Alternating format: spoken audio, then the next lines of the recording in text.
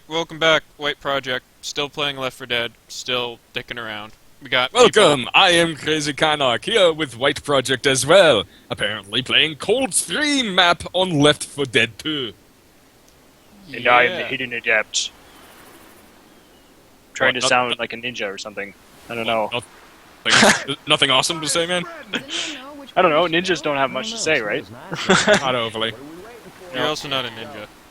No, not really. Yeah. Damn. Oh, crap. Oh, already You're got like stuff. the complete opposite of a ninja, considering how pale you are. Yes. Fair enough. I'm an inverted ninja. Yeah, to which, something interesting, my character in the new campaign is a ninja. Really? Jesus. Yep, a Dhampir ninja. Oh, cool. Is that a Jesus. prestige? No! Oh god, no! It was accepted. See, that's how I know that that kid who's running is probably like 16. They got no reason I don't to know, shoot he has his own YouTube channel, so you can see for yourself. I don't fucking care. Man, Is he into, like, here's my opinion, is that Up here. there's characters that make for good roleplay, and then there's characters that make for stupid roleplay. And a Dhampir ninja makes for stupid fucking roleplay. Half vampire, half vampire ninja. Yeah, that's brilliant, John.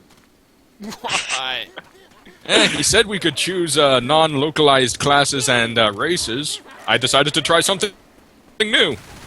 If it doesn't work out, I will change back to something You know that... what? It's alright to try something new, as long as what you're trying is, like, I'm not saying you don't try something new. I'm saying that when you are building, if you want to try something new, don't try something that sounds like something a 13-year-old kid would make up.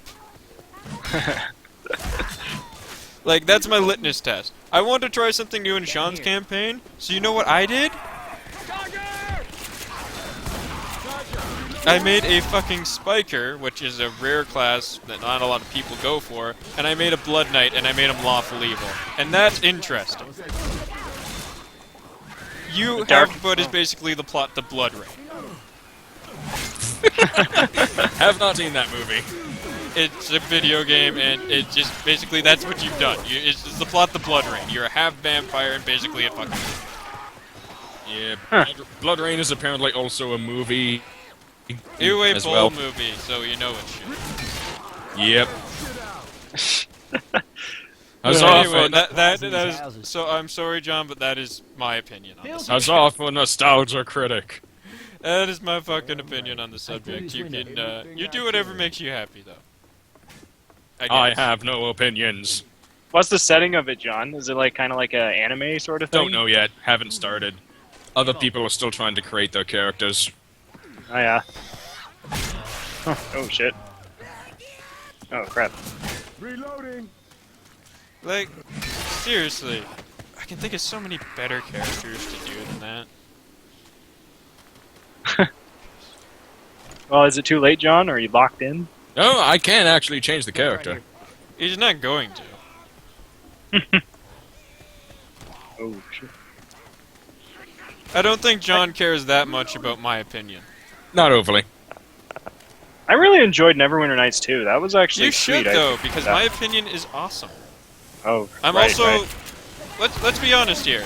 I'm probably the best role player you know. Yeah, probably.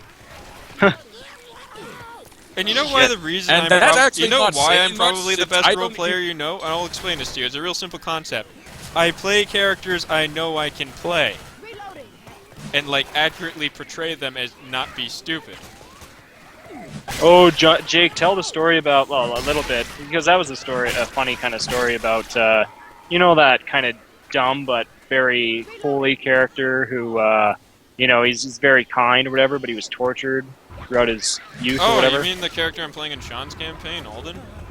Yeah, it's a funny story. You should tell the audience Well, about that. he's just an awesome character.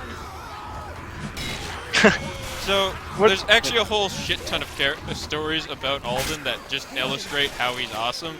I think my favorite is, we go into, it's kind of like a, it was part of a protracted story, but basically we had to go to the Seder village, right?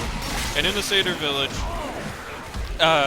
we get assigned we get assigned 2 quests. We have to find out what's happening with the nymphs, and we have to find out what's happening with the dryads. You may have to save this story for next episode. No, we got 5 more minutes. We're good. And yet we're already at the safe house.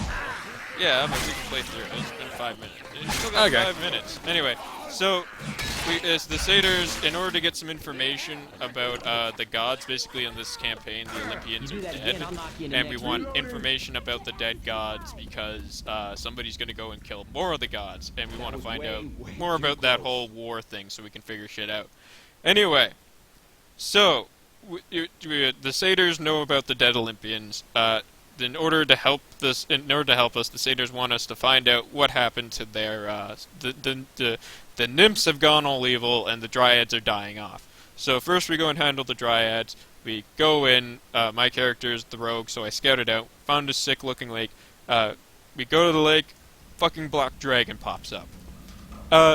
Alden's response, my character's response: I'm going to ride that. He literally says, I am going to ride that. And then he tries to jump on its back. Misses. Does not get on top of the dragon's back. So what does he do? He's just like, okay, gonna try again. I'm going to ride this thing. I'm absolutely determined to ride this fucking dragon. So, I try again. I miss again. Still not on the dragon's back. Still determined though.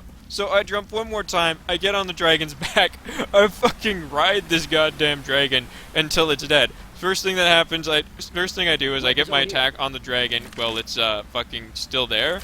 And so I can attack the dragon and I decide to cripple its wings. Right before the DM was about to have the dragon do a strafing run. So he's like, oh shit, so now the dragon's like really wounded and it was gonna fly around and start strafing you guys, but since it can't fly, it's gonna run away, 'cause like it's dying right now. So I crippled it, and then it jumps into the water, and my character just basically rides this dragon until it's dead.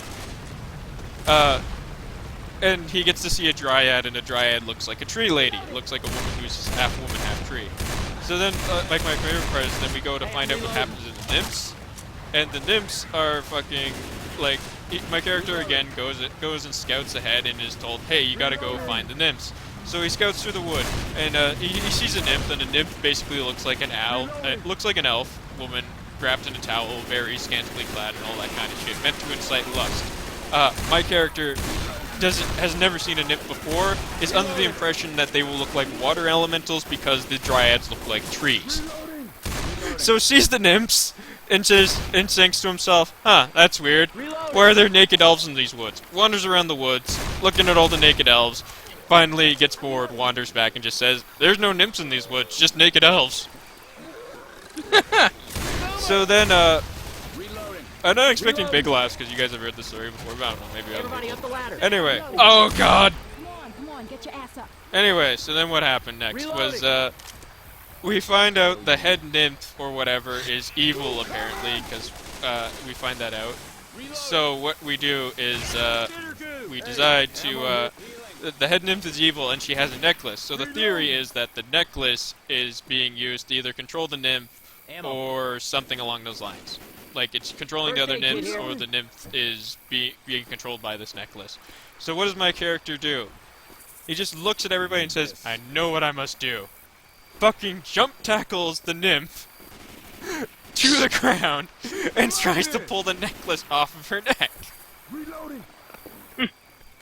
Okay. But that's not the best part. The best part is, so the nymph tries to reverse the grapple. I roll a 3 to maintain it. She rolls a 2. Tries again. I roll a 4. She rolls a 3. I finally pull the necklace off. Jump my character, and then I'm just like, okay, my character jumps up.